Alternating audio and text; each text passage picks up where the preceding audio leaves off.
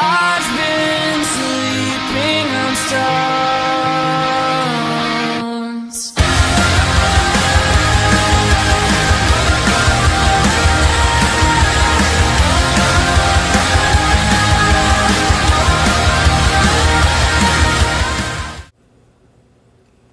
Hey guys, it's Tina. I wanted to do another vlog, basically that went over some of the interesting wives' tales that are associated with gender prediction in regards to pregnancy. I went and read through them all and was able to figure out what the wives' tales were predicting I was going to have. So I thought that this would be a fun little video to make. Enjoy!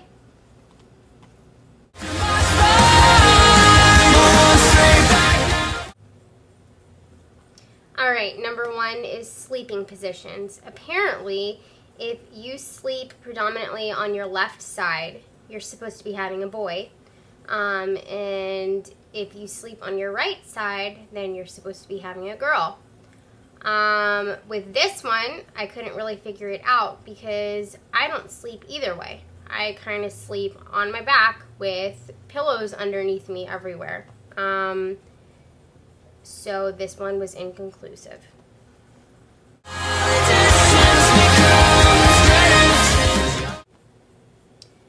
Alright, number two is nausea. Basically, if you have severe nausea, then you're going to have a girl.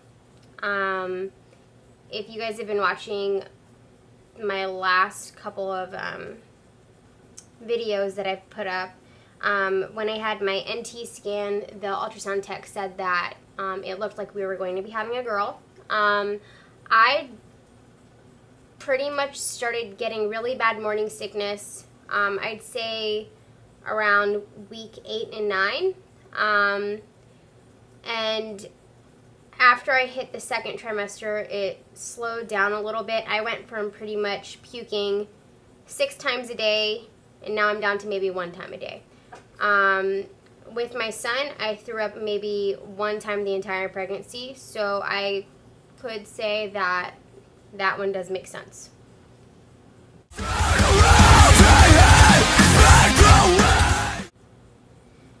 Alright, number 3 is cravings. Pretty much, old wives' tales will tell you that if you crave salty foods, if you crave meat or cheese, stuff like that, that you're going to have a boy.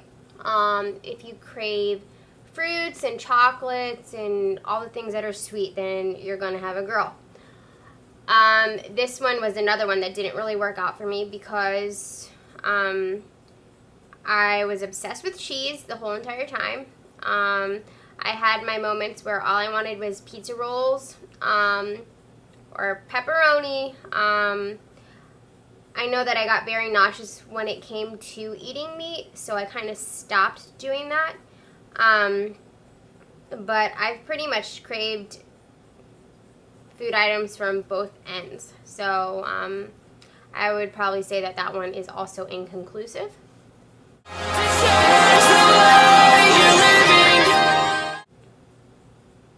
Alright, number 4 is acne. Pretty much, it states that if you are having a girl, something along the lines of she will steal the mother's beauty, and the mother will therefore end up getting tons of acne and horrible skin and horrible hair. Whereas if it were to be a boy, the mother looks like she is glowing the entire time, and she looks very beautiful, and her hair is amazing. My hair has always been very unmanageable. I live in Florida, and the heat gets to it, so regardless of pregnancy or not, it's always going to look like a mess.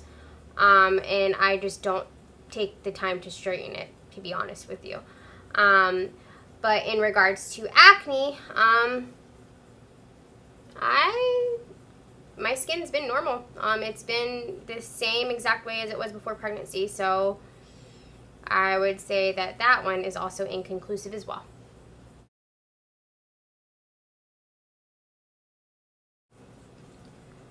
All right, number 5 is gracefulness. Pretty much, it states that if you are clumsy, like extremely clumsy during pregnancy, that you'll be having a boy, and if you feel very graceful during pregnancy, you'll be having a girl. I can understand that one sort of. When I was pregnant with my son, I remember I was always hitting my hips and everything into everything. I was always knocking stuff over. I wouldn't say that I am graceful right now per se, especially in the middle of the night when I wake up, because I seem to knock things over and run into walls and all of that. But the boy aspect of it, in regards to being clumsy, I can get that. The gracefulness, I do not have any of it.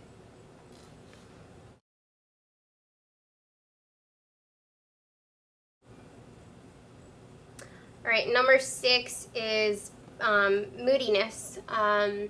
Pretty much if you're having a girl, you will have lots of mood swings, cry about everything, and I agree with it. There have been times where I have watched shows like any type of criminal justice show, somebody dies, or just the weirdest scenarios can happen, and I will end up crying, where I know that I wouldn't have done that if I weren't pregnant. I've picked fights with my husband, and literally like a minute after the fight is over, I realize that I'm being an idiot for picking the fight, and then I start crying even more. I've cried because it was too hot outside. I wasn't like this with my son at all. So I would say that definitely for girls, that if you're carrying a girl, that you will be more moody.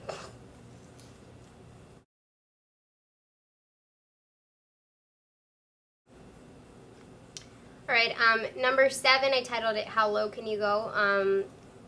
Pretty much, the wives' tales say that if you are carrying a baby lower, that it is a boy, and the higher up that the baby is, that it's a girl. This is false, because there's so many factors that contribute to where the baby is positioned in your body. For example, with me, I have a tilted uterus. For regular people, where their uterus will tilt to the front, mine tilts to the back.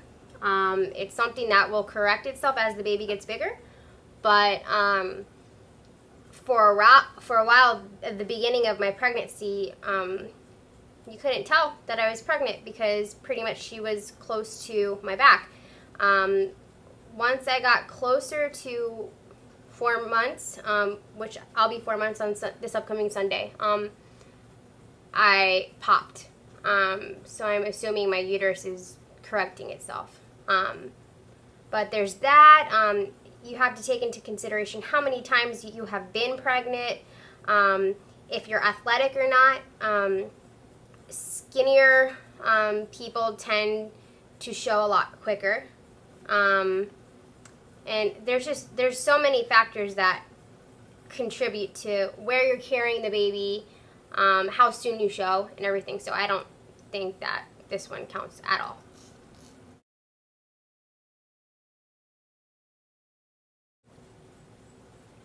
All right, the last slide I titled weight gain. Pretty much in Old Wives' Tales, they say that if you carry the weight mostly in the front, that it's a boy, and if it's all around, it's a girl.